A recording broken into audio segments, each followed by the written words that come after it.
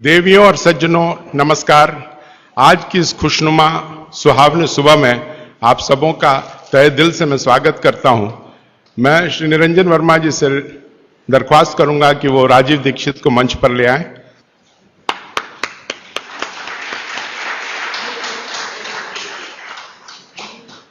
व्याख्यान से पहले मैं प्रभावती जयप्रकाश सेवा केंद्र जो इस कार्यक्रम के आयोजक हैं उनका मैं परिचय देना चाहूंगा।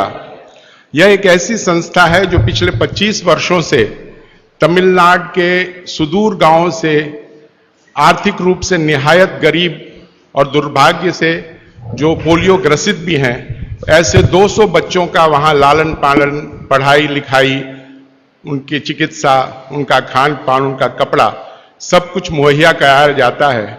और यह करीब 35 किलोमीटर दूर यहां से गुड़वांचेरी गांव में स्थित है। आपको जब भी मौका मिले कृपया वहां जाएं और देखें कितना बड़ा मानवीय कार्य वहां हो रहा है।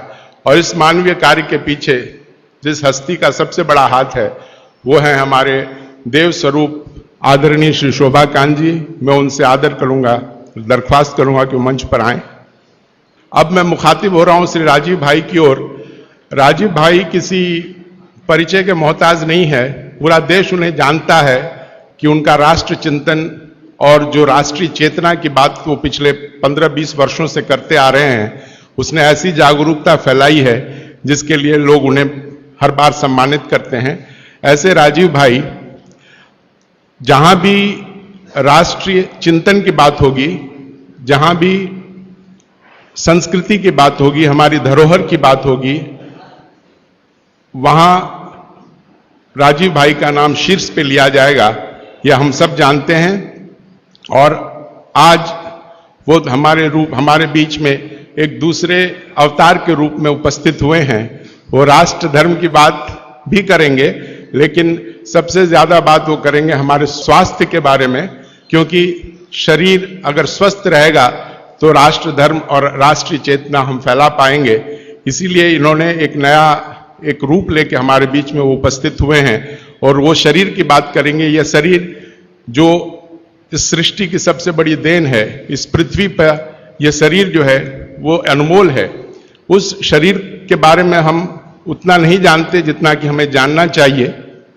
और इस शरीर के लिए बहुत सारे ऋषि मुनियों ने अपने अपने तरीके से हमें बताया है, उन्होंने अपने अनुभवों को ग्रंथों में लिखा है, लेकिन जिसे हम पढ़ नहीं पा रहे हैं। ये राजीव दीक्षित जी ऐसे हैं जिन्होंने अष्टांग संग्रह और अष्टांग हृदय जो ऋषि वाग्भट ने लिखा था, उस पर पिछले 3 वर्षों से ऐसा शोध किया है, उसमें इतनी गहन अध्ययन किया है और उन्होंने हम लोगों के बीच में उसको लाने की कोशिश की है बहुत ही सरल और सहज तरीके से, कि उन सूत्रों का अगर हम अपने जीवन में, जो कि बहुत ही सरल है, उसे अगर हम अपने जीवन में उतारें तो हम बहुत ज्यादा उम्र तक बिना किसी डॉक्टर या वैद्य के हम लोग जी सकते हैं।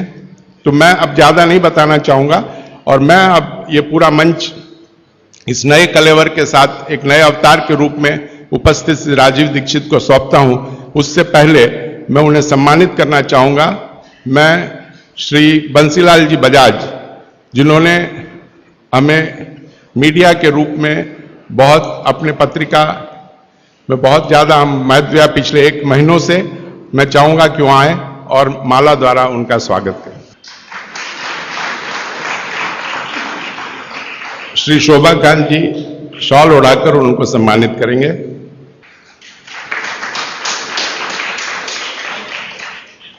अब पूरा मंच राजीव दीक्षित को समर्पित है और मैं चाहूंगा कि अपने मोबाइल फोन्स को या तो स्विच ऑफ कर लें या फिर उसे साइलेंट मोड में डाल दें, क्योंकि स्वास्थ्य के लिए या स्वस्थ होने के लिए यह हमारा पहला चरण होगा। श्री राजीव दीक्षित जी।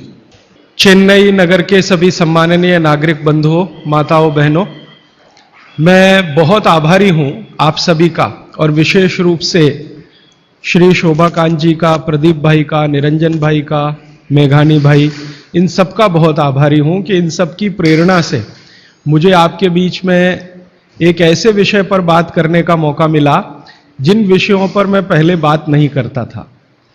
हमारी जो चिकित्सा और स्वास्थ्य का विषय है इस पर बात करने की प्रेरणा मुझे पिछले 3-4 साल पहले हुई, जब मैंने भारत सरकार को एक पत्र लिखा था। मैंने भारत देश की सरकार के स्वास्थ्य मंत्री को एक पत्र लिखा था, ये जानने के लिए कि हमारे देश के लोगों की स्वास्थ्य की स्थिति क्या है। हमारे देश की सरकार हर 10-10 साल में एक जनसंख्या की गणना कराती है, जिसको सेंसस कहते हैं हमारे देश में।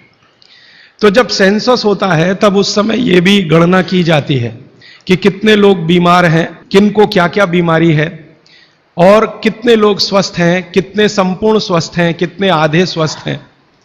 तो मैंने आज से लगभग 4 साल पहले एक पत्र लिखा था स्वास्थ्य मंत्री को, और उसमें एक ही प्रश्न पूछा था कि भारत के लोगों की स्वास्थ्य की स्थिति क्या है। तो हमारे देश के मंत्री महोदय के सचिव ने, सेक्रेटरी ने उत्तर दिया कि देश के लोगों की स्वास्थ्य की जो स्थिति है उसके लिए हम आपको पूरा डाटा भेज रहे हैं, आप उसका अध्ययन करके खुद अंदाजा लगा लीजिए। तो सरकार ने जो मुझको डाटा भेजा वो 1-2 पन्ने का नहीं था, वो काफी 600-700 पन्ने का मोटा सा एक पुलिंदा था। उसमें जो सेंसस की रिपोर्ट थी वो पूरी उन्होंने लिखी थी। वो पढ़कर मुझे बहुत परेशानी हो गई। परेशानी क्या हो गई कि उसमें उन्होंने बताया कि लगभग 112 करोड़ लोग इस देश में रहते हैं, और 112 करोड़ लोगों में स्वस्थ लोगों की संख्या गिनती की 25 से 30 करोड़ है। बस 25 से 30 करोड़ लोग ऐसे हैं इस देश में जिनको स्वस्थ कहा जा सकता है, जिनको किसी तरह का कोई रोग नहीं है, शारीरिक रूप से भी और मानसिक रूप से भी। बाकी जितने भी लोग हैं सभी को कुछ न कुछ तकलीफें हैं।